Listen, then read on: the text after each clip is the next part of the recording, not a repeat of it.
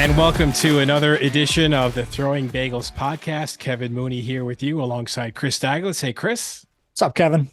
Hey, Jason. Jason Hamo here as well. How are you? I am fantastic. How are you? I'm doing great. It is time for another spectacular guest on the Throwing Bagels Podcast. Of course, SUNY Oswego grad, class of 2005, member of the School of Communication, Media, and the Arts Advisory Board, Emmy Award winner and creative director of CBS News. It's a pleasure to welcome in Gabriel Almanzar. Gabriel, thank you so much for being with us. Thank you, guys. Appreciate you having me. I'm looking forward to this. Thanks. No, well, as we speak, it's a Monday night, so we are less than a week away from Super Bowl 58, which will be carried on CBS this year. So when did CBS begin preparations for this year's broadcast? The Super Bowl, the CBS Sports has been on site for over 2 weeks. And that's prior to the tech setup and all that. I'm talking about like the editorial teams, the graphics team. They've been out there 2 weeks, for 2 weeks already. I'd guess 3 to 4 weeks since the trucks pulled up and started building the compound, and it is a compound. And not only do you usually build something at the stadium, but being Vegas, Allegiant Stadium's a little far from the Strip, I guess. So we had to we built something on the Strip and at the stadium, so it's kind of double the work. But yeah, they've been out there a while. A lot of production work goes into it. How many trucks do they have out there? Oh my God. There's usually 2 graphics trucks. There's 2 editorial trucks. During the game, you're probably looking at 5 main trucks, but wow. There's a compound of like it really does look like a camp of sorts, of just a bunch of makeshift cabin looking buildings. When I used to go on to the Super Bowl quite often, and I'm not going this year, but I do remember it's just a sea of trucks. There's minimum 5 to 6. Yeah. What's the level of collaboration between the news organization and the sports organization when it comes to covering the Super Bowl? Yeah, no, you always want to cross promote. So when it's on our network, you're going to get hit over the head that it's on our network, whether it's on the stream or on our evening news broadcast or our morning broadcast. So it is a very big collaboration per se. Some of our talent some of the sports talent will be on some of the news broadcasts. We organically have a member of our news broadcast, Nate Burleson, who crosses over and does the NFL Today.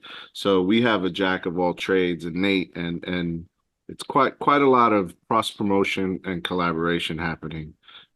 I'm sure Taylor Swift's name has been thrown around either with the CBS News or CBS Sports collaborations. Yeah. By the reaction, I think I already know the answer to this question. Did you have to establish a special Taylor Swift news desk for this week?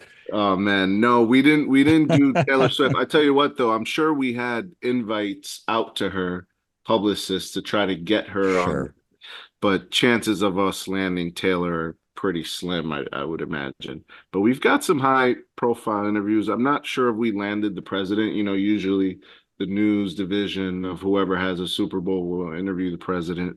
We might or might not. I didn't get wind of that, but I do know like Gayle King, I think, is interviewing Usher. So we've got some big interviews happening that are pretty cool. But yeah, no Taylor. Well, she does have a concert, Tokyo, right? 2 days before the 2 days before the Super Bowl. So yeah, I'm sure we tried, but yeah, and we're probably not mad that she's going either. Yeah, if she's at the Super Bowl, that just brings in more eyeballs for you guys. Yeah, we made a graphic this morning. Was it $7 million for a 30-second spot? Something like that. Wow. Wow. Yeah. I That's know crazy. it's hard to even take it, right? Yeah.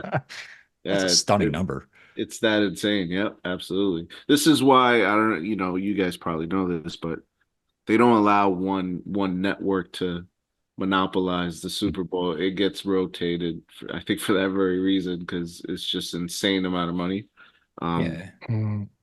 that comes back. So yeah, And the price goes up every year. Every it year does. the prices go up. So It does. Absolutely. How many Super Bowl broadcasts have you been a part of in one way or another? Yeah, the first one I worked on was Detroit. The one in Detroit. I feel like that was 40, 42, 43, something like that. Mm. I think Pittsburgh might have won that one. It's I think one of that the was one of the Pittsburgh and Seattle? Pittsburgh, Yeah, Seattle. Yeah. Super Bowl yeah. 50. 50? No, in Detroit? No, way Was it? earlier than that. No, It way was, earlier it than was in the that. 40s. You guys are gonna make me Google here. Hold on. I can't be that old. Come on now. Oh, trust me, time flies, my friend. Time flies. 2006. My first Super Bowl was 2006. That was Super Bowl XL. So what XL? 40. 40. Yeah, 40. So you were like right out of college. Boom, Super Bowl. Yeah. Yeah. Wow. Crazy. Yeah. Yeah. So that was, yeah, I'm pretty sure that was Seattle and Pittsburgh. Yeah. Yep. Pittsburgh 2110. Yeah, so that was the first Super Bowl I worked on. And then that was with ABC Sports before ESPN came in and kind of took over the sports division. And then shortly after that, I joined CBS Sports and been working on them every 3 years, one capacity or another. I've been I started as a designer. So I was on site designing a lot of the Super Bowl graphics for many years. A few years now, I was one of the senior designers on the NFL Today as well. So I did a lot of the studio show, some in-game stuff, and it's been great. Are there any particular Super Bowls that jump out to you? Oh, 50 for sure. 50 was an experience. I mean, we won Best Technical Remote for 50. That was big. I have a lot of family in San Francisco. 50 was in Santa Clara, 49ers Stadium. Mm-hmm. So it was the first time I had gone to that stadium. Peyton Manning, I remember Beyonce, Bruno Mars halftime show. Like I remember all of that. I also remember 53 when I got on TV on 53. The spy cam in the stadium caught me watching the game with the studio guys. So I had people texting me, "You're on TV, you're on the Super Bowl." Nice. So that one stands out as well. That was Tom Brady beating the LA Rams, I think. Mm-hmm. You said you were doing graphics more so earlier on, Yeah. but at that other one, 53, you said you were kind of like on the field. So what were you doing there exactly? Yeah, I was still a designer, but you kind of go all out until the day of, and then there's really not much. You might need to create something for halftime or something very like if something happens in the game.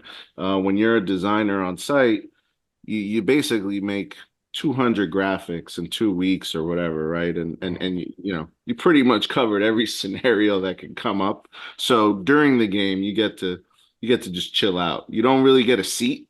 I never sat down, but I can go anywhere in the stadium and on the field, and it was pretty cool just to experience it as a fan at that point and not have to worry about work. So once the game starts, you're kind of free to do your thing. I mean, listen, depending on what job you have, but as a designer that mainly was focused on the pregame and halftime show, I had all my bases covered, so I could kind of just chill out, I guess. Now, I have a completely different role now, so my lens of the Super Bowl is very different. I mentioned to Kevin that I've had a long day, and the latter part of the day has been taken up by Super Bowl stuff, and we're sharing a set with sports at the Bellagio.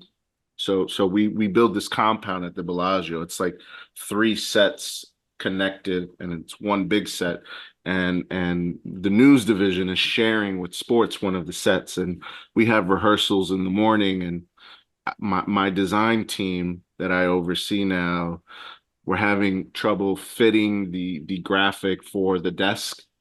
Uh, so when you're watching the Super Bowl, the desk are LED screens, and you fill it with whatever content you want. So yeah, so it's keeping me up late. So I appreciate the Super Bowl, I guess, from different perspectives now than I did when I was actually designing for them, and working more hands on. But that's the progression, I guess, of my career here. More of the manager now than the executioner.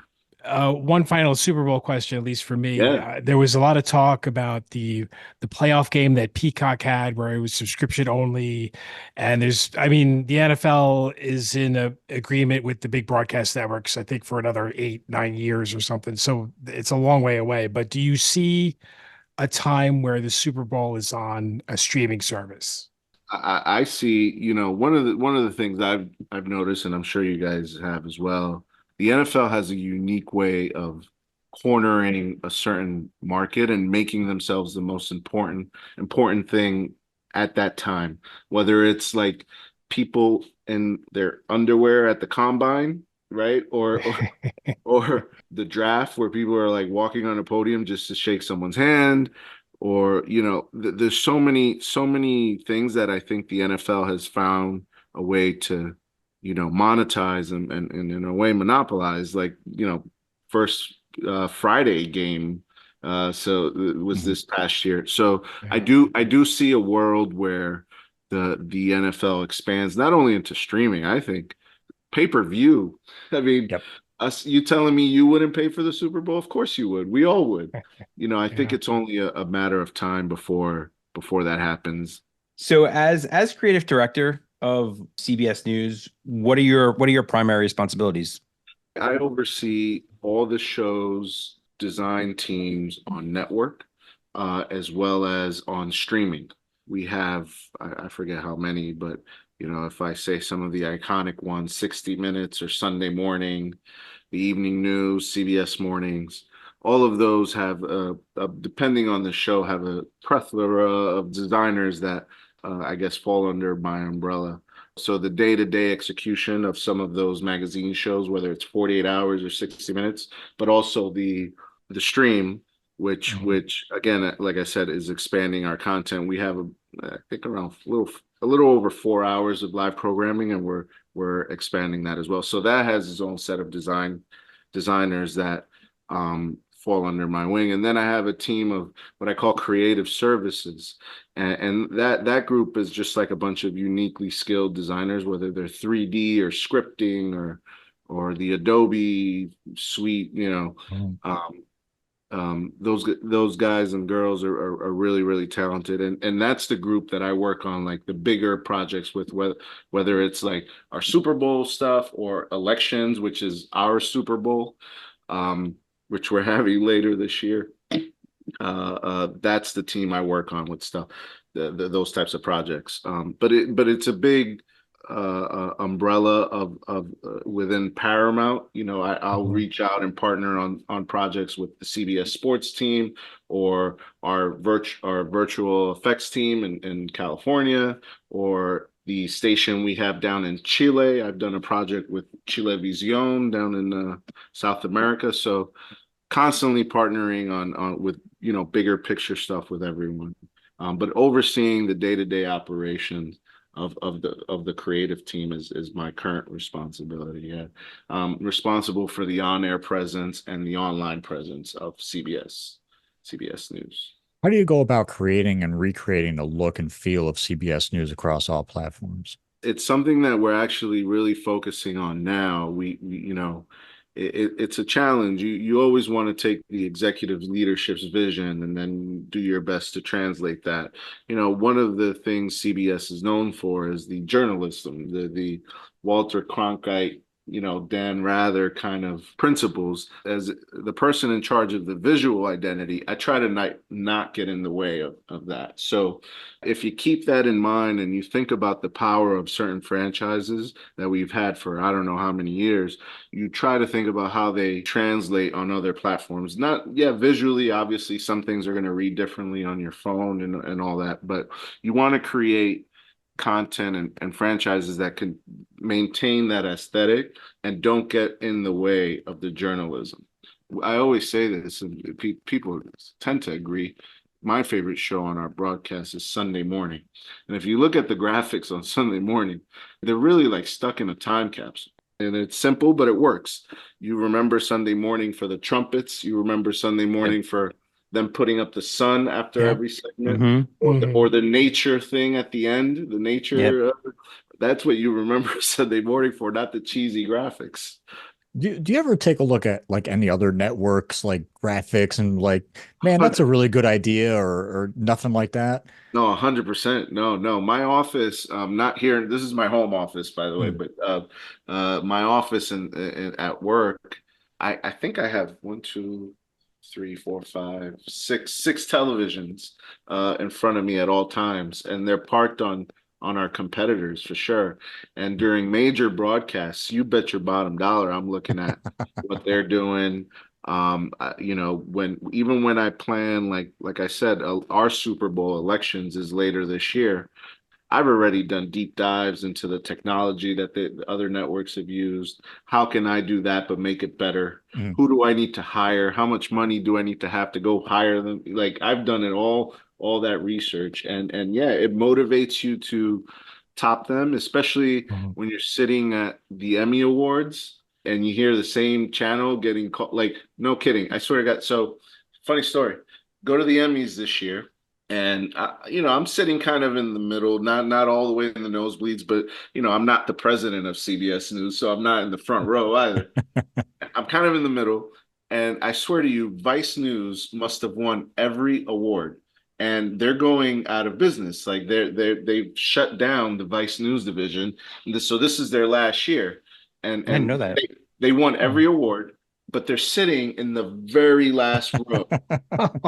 So every award that they won, they had to come all the way down. So, maybe they're not the best example because they went out of business, but like, you don't want to have to sit there and watch NBC or ABC constantly winning the awards. So you better up your game and figure out what the nuances are for you to come on top here. So that's funny. Maybe they shouldn't go out of business. Maybe someone should buy buy them, They do great. They do great work. I'm actually very surprised. I think they were just poorly run, but they do great work. That long form storytelling is my favorite.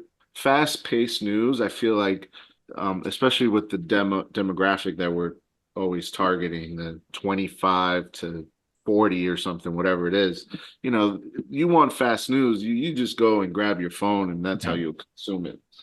When it comes to designing imaging for TV, for CBS News and on the various platforms, I know 30 years ago, your only concern was the big screen TV.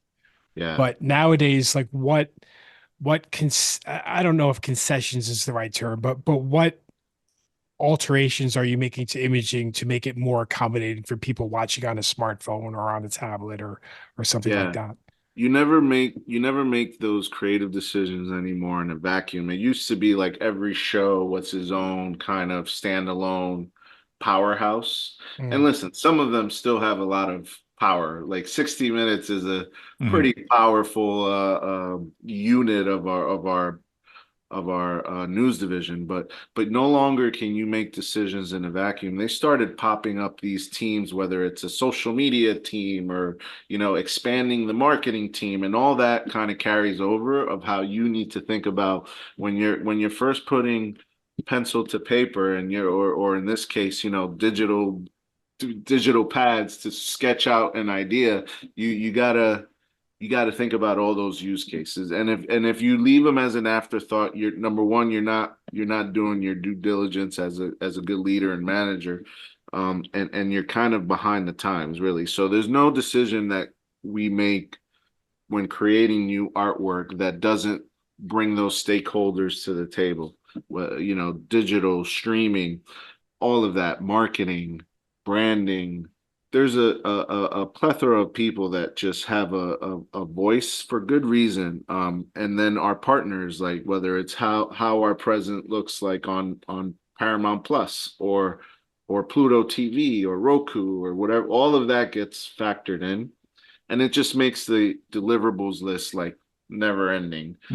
But we take smart approaches, and listen, you do it enough times that you kind of have a little bit of muscle memory. You figure out what it is you need to lock down and in what order and all that. Give you an example: elections. We're partnering with a company, and elections are in November, but we're having weekly creative meetings on what it is we're going to tackle on and what order. And then aside from that, weekly technical meetings, because you need to make sure those people are involved in it, right? Like you can design it, but if we don't have the technology to showcase it, we're kind of doing it in vain. So yeah, there's a lot of layers to something very simple. Like a simple thing can have tons of layers underneath it. So I want to get into that 1 second, but to Kevin's point just now with his question around the design. So I work in technology, and when we have our UX UI people design things, it's specifically designed to look at desktop computers versus tablets and phones and mobile phones at the same time. Is that what you guys are doing? Are you doing something similar to that kind of thing? Yeah, we definitely design, as being the keepers of the brand, to say, like, for these network shows and stream shows, it starts with us in terms of creating that base, creating that initial concept, and then at some point it travels through the timeline of, all right, now it hits the digital team. Now they take our assets and flush out exactly what you're saying. They'll flush it out for the web. They'll flush it out for your phone. They'll flush out every permutation of that design and then it goes down the pipeline. Marketing. Okay, marketing needs from me XYZ. I provide that. Now they flush out the promos you see. They flush out all this other stuff, branding, et cetera, et cetera. So almost every unit will have a not as robust a team as I say I have, but they'll have designers down the line that's their job to create that content, that graphic, that design for their specific platform. I have a design team of about 45 designers, something like that. So we might specialize in something a web designer does not. Like I have 3D designers that can make the CBS eye, do all kinds of crazy stuff. They're not going to have that on the digital side. They're web designers. So we're always talking to each other. We're always figuring out what is it that I need to give you. But it always starts at the head with my creative team when it comes to network and stream. Mm-hmm. When you talk about the imaging across all of the different shows that CBS News has, besides the eye, of course, are there any other elements that kind of track through all of the different imaging across the network? Yeah, about probably close to 5 years ago or something like that. We brought in this company called Gretel, and they basically redesign our on-air presence from scratch, and I mean entertainment, sports, news, all of it. Like all of CBS got kind of a refresh, and they developed this system called Elemental. And what Elemental is, if you take pieces of the CBS eye and you break it apart, whether it's the outer stroke, the inner Star Trek piece, and you break it apart, it kind of has a visual representation of CBS, and you might see it when you watch our broadcast. We do certain animations with it, but they can always come back together, and they would always form the eye perfectly. So that design principle of the deconstructed eye has some architecture to it that is that is prevalent in all of our shows, one way or another, whether it's the studio presence or the lower third you see on screen or an opening animation. You're always going to get hints of what we call elemental, and that just carries through. Now, aside from that, I've tried to institute my own little sprinkle of just stylistic approaches that I think look inviting on television. So if you look at a lot of our studios, there's a lot of wood tones and warmth. And where there isn't, we try to do that with the graphic, like introduce those wood slats or the LED fins with some wood next to next to it in order to bring in some warmth. And I've tried to carry that through in a lot of our broadcasts, whether it's on stream, and when we build studios from the ground up, which it's a dying trade. I think, I think now we're looking more and more into virtual production. So literally your talent will live in a sea of green and you can make it look like whatever you want. But, we do still build some studios, like physical studios. And I've always tried to introduce those wood tones because I think they bring a level of warmth to television. With a lot of the stories we cover, they can be cold and uninviting and off-putting, and I think just adding a little bit of the brown tones works for me. So that's been one of the subtleties. But I would say elemental, that design principle is what has carried through for a while now. I mean, the CBS eye is obviously iconic. It's been yes, there for a long time. But the deconstruction of it is what's new, relatively. You mentioned, the presidential election is later this year. Obviously, you mentioned you're already doing research and everything on this, so you're ahead of the game and ready to go. What kind of impact does the election have on the CBS News coverage? Like, it's obviously, the closer we get, it's wall to wall coverage, right? But like, what does it mean for CBS News as a whole? I've worked on a bunch of elections. This will probably be the most polarizing. However, I do think for a lot of reasons, obviously, the candidates are polarizing. The climate of the country is polarizing and on edge, so it makes for very good, I guess, television. The one thing I would say is the lead up to November usually ramps up for like a Super Tuesday, or you get through New Hampshire and then you go into South Carolina and now you're really cooking, and then Super Tuesday. And this time around it's a little bit lackluster. So it's odd in that way where like Super Tuesday might be a formality and not a big event. It's usually a big event, Right. Like we already have the two people already for the most part. Exactly. Usually it's like delegates to date. You're really tracking it. You're really seeing who's moving. This time around it's like very underwhelming. So I'm hoping the ramp up and the excitement once the candidates are formally announced or they're given the nomination after.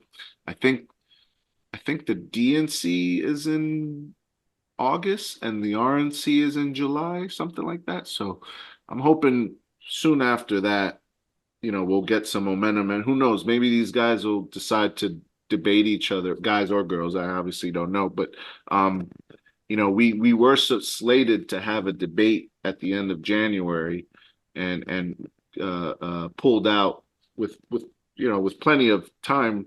Unlike ABC, I don't know if you guys saw that, they pulled out. I mean, they had built the debate set, and then Haley said she wasn't debating. So oh, boy. It's always a risk, I guess, and networks know that. But we pulled out, and again, like I've worked a couple debates. The last one being the Democratic debate Biden had in 2020, and it was exciting, and there was like an energy in the room, and actually it was after that debate that he went on to win South Carolina and then grab the momentum. So that's lacking a little bit this year, so it's a little different, but we know for all the reasons that have been covered in the news, while it's just a very polarizing event coming up in November. And I just hope it makes good TV. You know, obviously the future of our country and all that, but I've tried to remove myself from political implications in any kind and just think about making good TV and bringing we pride ourselves on our data and our data analysis, and it's my job to try to capture that visually in a way that most Americans can understand without having like PhDs and being information science majors. That's what I get excited about, and good quotes here and there from candidates help that. So you, like you said, the primaries may not mean much, even though coming into South Carolina and Super Tuesday. Yeah. But what does that mean for your coverage at that point, right? Does it mean they may slow down the amount of coverage they're doing for a short period of time because there's not much to talk about? It's obviously, there's always something to talk about, but Yeah. it's not going to be like Trump's running against Haley and who's going to win, because, it's almost like a foregone conclusion at this point to a certain extent. Yeah, Super Tuesday in years past, I would say has the television presence and power to be a several hour kind of special. Not as long as election night, but it goes. You got some states out west, and you kind of stay on to really get the lay of the land. I think the it being lackluster, number one, will probably diminish our coverage and hours. The way you look at network per se, television is the affiliates have a lot of power and they have a lot of money and influence. So the affiliates, the smaller stations around the country. So as the network, we would do this special if we know that affiliates are going to put it on TV and they're gonna want to air it. If affiliates show little to no interest because they want to keep, I don't know, the Price is Right at night over, like if they think they'll make more money on the Price is Right, they're not gonna take our broadcast, and then it becomes like, why are we even doing it? So I think the risk there becomes that it just becomes an uninteresting event that can't bump whatever prime time Tuesday night. I don't know what's on CBS on Tuesday night, but we might be bumping like FBI or CSI, which probably makes them more money, gets them more viewers. So that's the risk. We have to, in the creative world, I guess, still prep for some of it, because some of the things you have to execute, you won't be able to just do it last minute. So you kind of do the work anyway, and then it might never see the light of day. It's just I can't tell you how many graphics I've made that never seen the light of day. So it's nothing new. Even for the Super Bowl, when I say 200, I'm not kidding. You make close to between 100 and 200 graphics when you're on site there, and you maybe see 5, maybe. So, is that how it typically goes? Where, like, how many graphics do you make, and how many of them ultimately wind up on the air? Yeah, so for the Super Bowl specifically, I'm not kidding. That's what it could be. You can make over 100, and you might get 5 at most. Probably even less. I mean, if you tell you what, you guys should count them. So after 6, I think we go on the air at 6 for the pregame. I think the games kicks off at 6:30. You count how many graphics you see during the Super Bowl. It's not, I highly doubt it'll be more than 10, 10 graphics. Definitely less like full screen graphics, probably do more lower third things that don't take up the whole screen. I was going to say that. What kind of graphics are we counting? Like, are we counting like the lower thirds? Are we counting like just full page graphics? No, full page graphics. Lower thirds, I think that's cheating. But news is not all that different. I think you get a lot more in news because that's what drives the content. A lot of times, your talent is reading off a teleprompter or a script in front of her. and you don't want to show them reading on camera, so you cover them up with graphics. So you'll get a lot more on an election night because it's all about the information anyway. Right. You know, the people, they're just talking heads, really. People want to see the map. People want to see what state is red, what state is blue. That's what people care about, the electoral college. So you get a lot more graphics in during news's version of the Super Bowl for sure. Sports, you care about the action. It's very different. Yeah. Well, let's go back to your time at Oswego. What led you to attend Oswego? I went to high school down in New York City, and you know, I knew I wanted to go to school for graphics. Believe it or not, I was one of the few that knew what they wanted to do. In college, I had done a couple technology things at Beacon. It was very forward-thinking high school, so they were always about technology and teaching you things. And I was building websites. I was like, this is pretty cool. So I knew I wanted to do graphics. I got into Hofstra, I got into New Paltz, and I got into like Oswego. I didn't really apply to two colleges really far away. Oswego is definitely the furthest, and that's why I picked it. But I didn't want to live at home, and also the financial implications were more favorable for me and my family with Oswego's tuition compared to Hofstra or any of the other schools. So that was definitely a factor. But I don't know if this is true of you guys, but I also visited in the summer, which is an unbelievable place. Beautiful in the summer. How many times have you heard that on your bagel podcast? I'm sure I'm not. I'm sure I'm not the only one that visited in the summer and just fell in love. And I was like, oh man, this is amazing.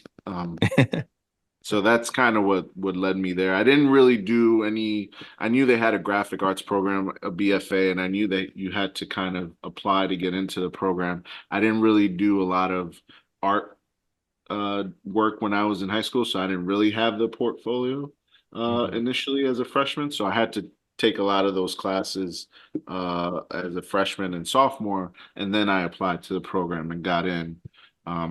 Which is, not easy to do, but I was focused enough and determined enough that I knew that computer graphic arts was something I wanted to do. What I never could have anticipated is how I ended up in TV, but I knew I wanted to do graphics for sure. Did you take a part in any of the media organizations on campus while you were there? I was part of, I tell my son this all the time, like I had every job, man. Like, in terms of media organizations, no, I was the only on-campus really organization that allowed me to tap into some of the creative juices was the Lead Center. And I don't even remember what Lead Center stands for, but it was the Lead Center, and I had done some brochures around some of the dinners that they plan. I remember designing the Alana conference dinner brochure and a couple posters and things like that. But I never took part in any other media driven jobs. But I made subs at late night. I delivered Chinese food. I did it all, man. I was a building manager at Hewitt. Yeah, I was a referee for intramurals. Like I did all those jobs. You were busy. Yeah. No, it was the best time of my life. Wouldn't take anything back. One of the big things we like to ask here on the podcast, we ask every person who went to Oswego that we speak to, two big questions around the food that they had at Oswego. Were you a fan of the chicken patty, number one? And if you were, what did you put on your chicken patty sandwich? You guys are gonna think I'm crazy, but where would you get a chicken patty? At the dining hall. No, I don't think I was a fan then. I didn't eat too many chicken patties at the dining hall. No. Wow. Okay. I did a lot of the Taco Bell. Was Taco Bell there when you? Yeah. I did a lot of Taco Bell. I lived off those Chinese buffets down on. But you didn't go to the dining hall when you were living on campus? Yeah, I did, but I was kind of a picky. I was the guy that had like a little stove in his room cooking, some home cooking. It's always the career I said I would, if I can go back, I might have gone into culinary arts. I love cooking. So no, I sorry to disappoint you with the chicken patty. It's okay. Hey, You know, there's always someone who has to answer that question that way. There's always going to be someone. pizza was my go-to. The grilled chicken mesquite at the sub shop was my go-to. I think it's since Okay. they got rid of the mesquite part of it. Cheeseburger subs, but again, the buffet right next to Eckerd on Yeah, not on there the Yes, anymore, but yeah, yes, on yes. the I second know floor. exactly what you're talking I went about. there multiple times, and the Yes, me Ponderosa. too. That's for the Yeah, Ponderosa. Yes. yeah. I And remember the shed. The Oh yeah, shed. yeah. The What was greens. that? The Nut House. What was the Yeah, one? It was one that was like literally someone's house, the first floor. I The forget. patch. the patch. Patch. Yeah. Yeah, Patch. There you yeah, go. Yeah. But and but the no chicken patties for me. Sorry. that's all right. And the sub shop. Everything else, though, Yeah, the sub shop we're good. was our other question that we always ask everyone. What was their favorite sub at the sub shop? But you just Yeah. said the mesquite chicken and the cheeseburger Cheeseburger sub. sub. Yeah, I do it with everything. I do all the toppings. I wasn't picky. Um, yeah, no, it was good times, man. Well, you certainly have gone above and beyond to help current students and alumni. What inspired you to do that? Yeah, that all takes me back to my story, and if you guys don't mind going over a little, I'll tell you that. You know, I was a senior, and my now wife, but then girlfriend, we've been together since high school. She was a junior, and there were a couple career fairs down in New York City, and she had asked me, "Hey, are you going to these? You're graduating. You're going to need a job." I always thought I could come home, live at home, and find a job in the city doing something. I was thinking more advertising agency or web design company. Done a couple internships with like web companies, and so I went to this career fair because she like made me go. I was suit. I was like overdressed. It was like but portfolio back then you had to print them, so I had a nice little portfolio. And this woman's there, and she's an Oswego alum giving her speech.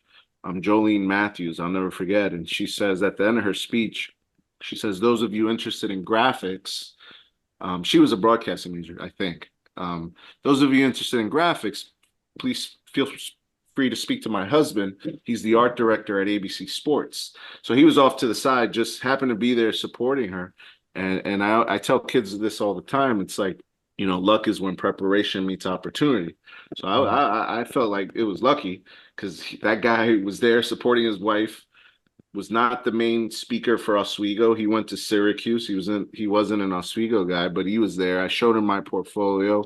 He looked over it, not overly impressed by anything. I wasn't like this Picasso of a designer.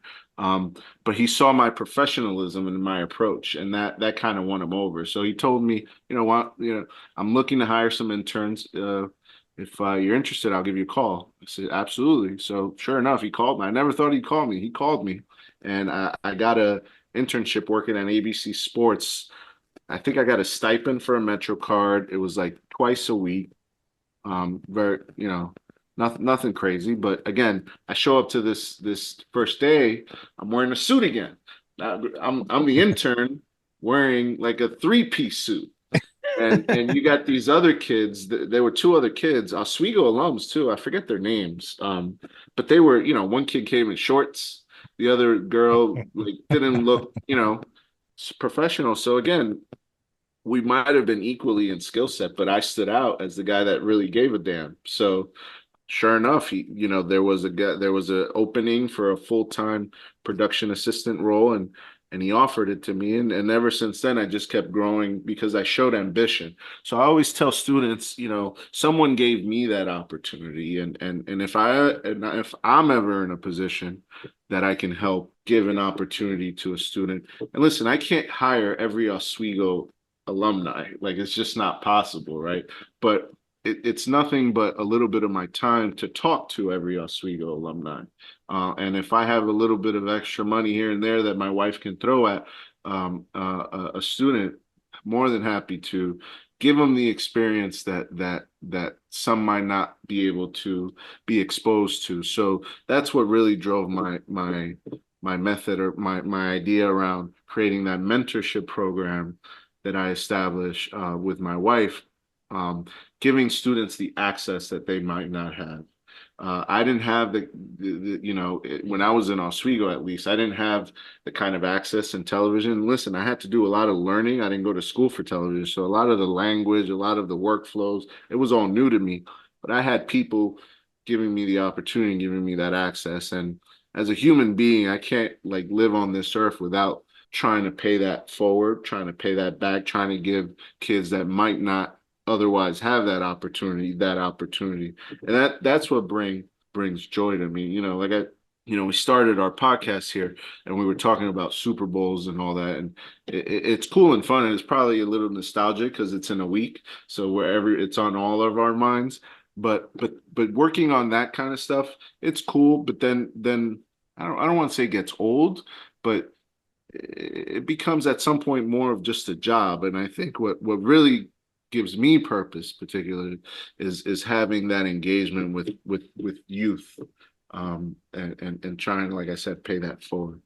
So that's kind of why I do it, I guess. So was that internship like after you graduated? Was that like a summer internship after you graduated? So you'd graduated already, and you took that as just like a step, a stepping stone to into working in the career. Didn't skip a beat. Like literally went to that career fair maybe January or something. Called me when I graduated, and I was a couple weeks removed from graduation day in May or whenever it was, and I was going into ABC Sports to work on an internship. And I build a lot of relationships which obviously helps in this industry. It's not that big an industry.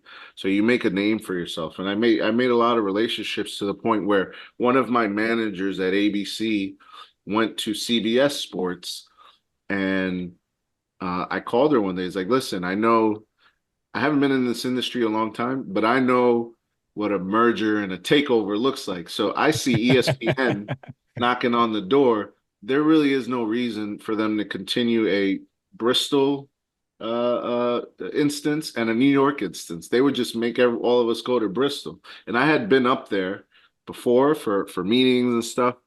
I didn't want to live in Bristol. I wanted to stay close to my parents and all that. So I called her, said, absolutely, I know your work ethic. Why don't you come work with me as my graphics PA, production assistant? And that's what I did. And sure enough, I worked with her for a couple of years. I learned more television, and I worked with a lot of designers. But I always thought in the back of my head, I have a design degree. I can do exactly what these guys are doing, guys and girls. And I think in my mind, I can do it better. So I want to be more hands-on. I want to be a designer. And sure enough, by the relationships I made a contact over at CBS News.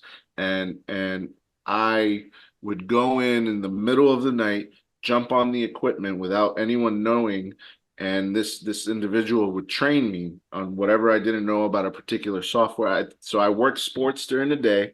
In the middle of the night, I'd go jump on the machine. I would see live broadcast, the morning show, come on the air. I learned everything there is to know. And sure enough, when an opening was made in news, this guy recommended me to be part of his team to join, because he knew I was putting in the work already without getting paid. He's like, this guy really wants it. So sure enough, I went on the show. I told sports, thank you, but I think I wanted more of a hands-on, career. And they weren't happy, but they understood. So I went and worked news, did that for like a year or two. Then sports comes a calling, hey, do you want to come design for us too? So now I was designing for news during the day, working for sports on the weekends as a designer for their football broadcasts and everything else in between. I've done golf and basketball and all of it. So now I was going back, making, triple what I was as a production assistant, and just working my way up within the news ranks. Now the individual who gave me that chance in on the news side now works for me, and he's a great friend, great mentor. And I just had that hunger, I had that ambition to just keep growing in my career. So that's how it happened. I just kept putting myself out there, and with news, yes, you can make pretty graphics and all that, but it's about the relationships you cultivate, and how you nurture them and grow them, that you never know when an opportunity is going to be put in front of you. I met the right people, and they saw something in me, and they gave me opportunities. So How many other Oswego grads have you come across in your career at CBS? oh yeah, a few. There's a few that work in the news division, younger than I am. There's one, Ade Ellis, who's older. I think he's risen to the ranks of associate director or director. He's over in sports. He's done well. I've been at CBS longer than all of them, but I remember he made his way over and started working there. And then in the news, there's Alexandra Richardson or Levy. I don't know which one is her married name. She's an associate director. Robert Pagan.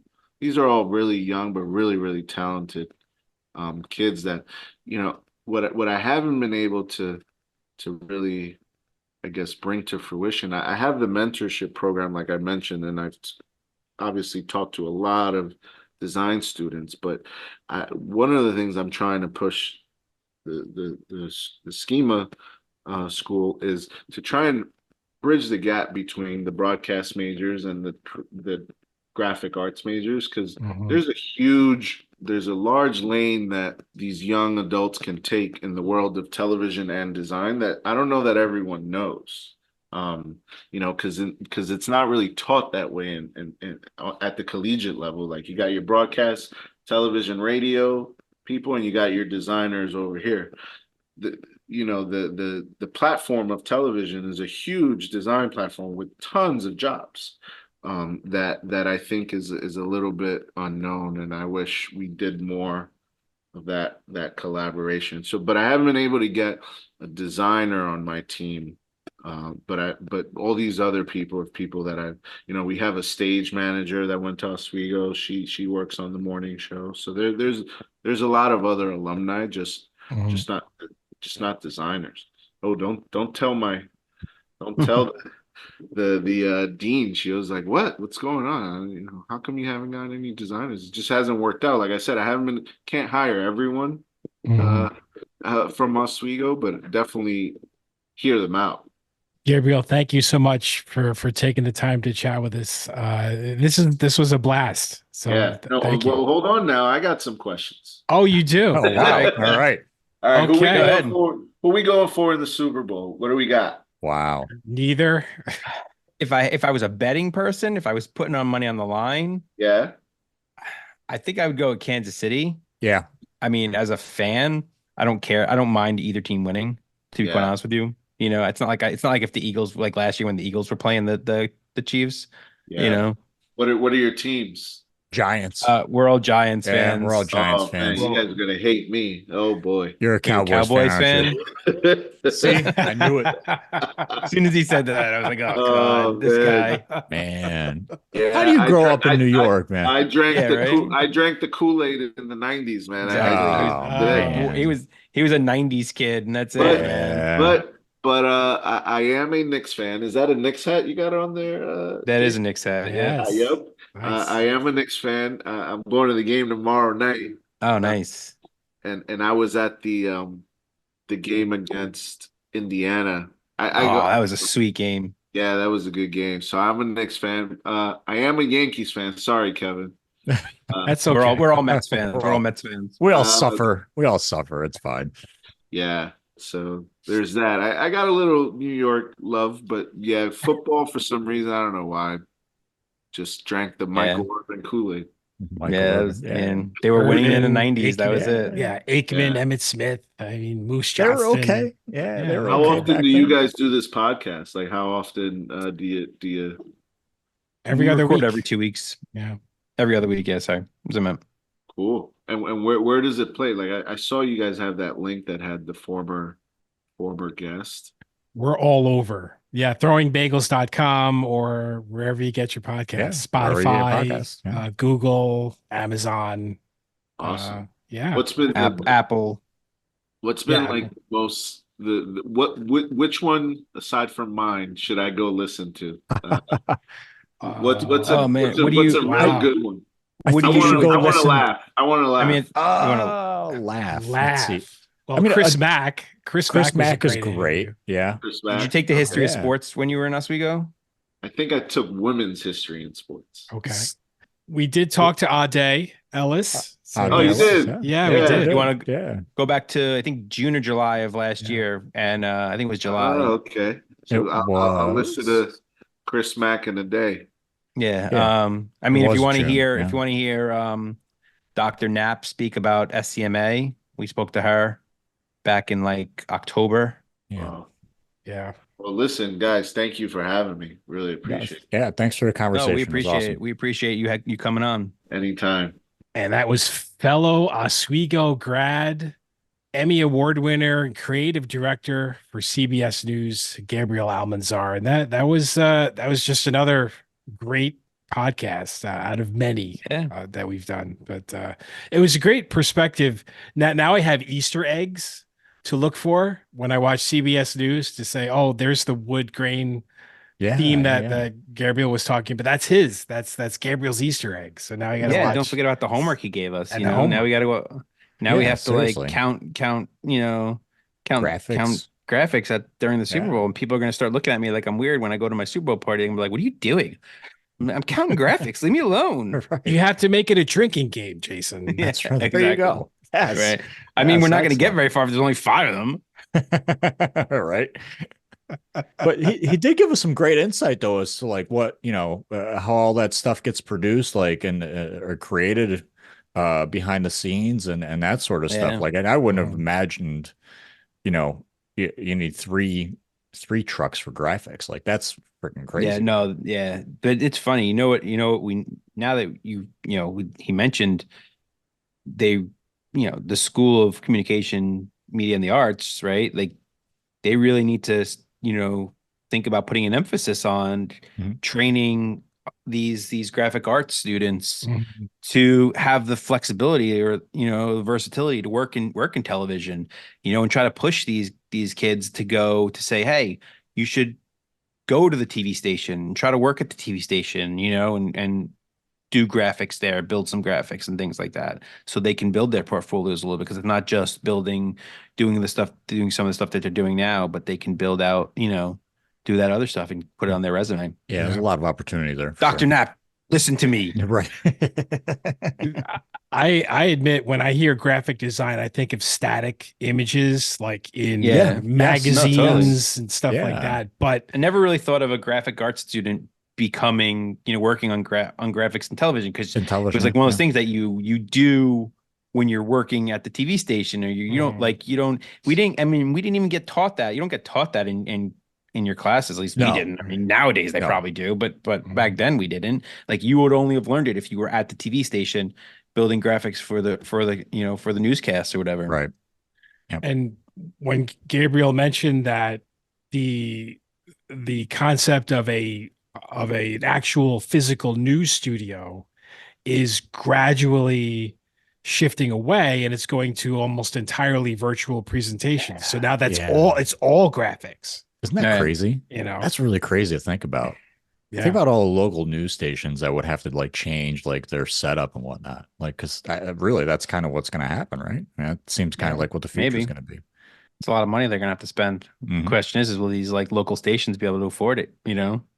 All right, and I think that'll do it for this edition of the Throwing Bagels podcast. Thanks again to Gabriel Almanzar for joining us. You can check us out online, throwingbagels.com. You can email us, throwingbagelspodcast@gmail.com. Find us on social media through our homepage.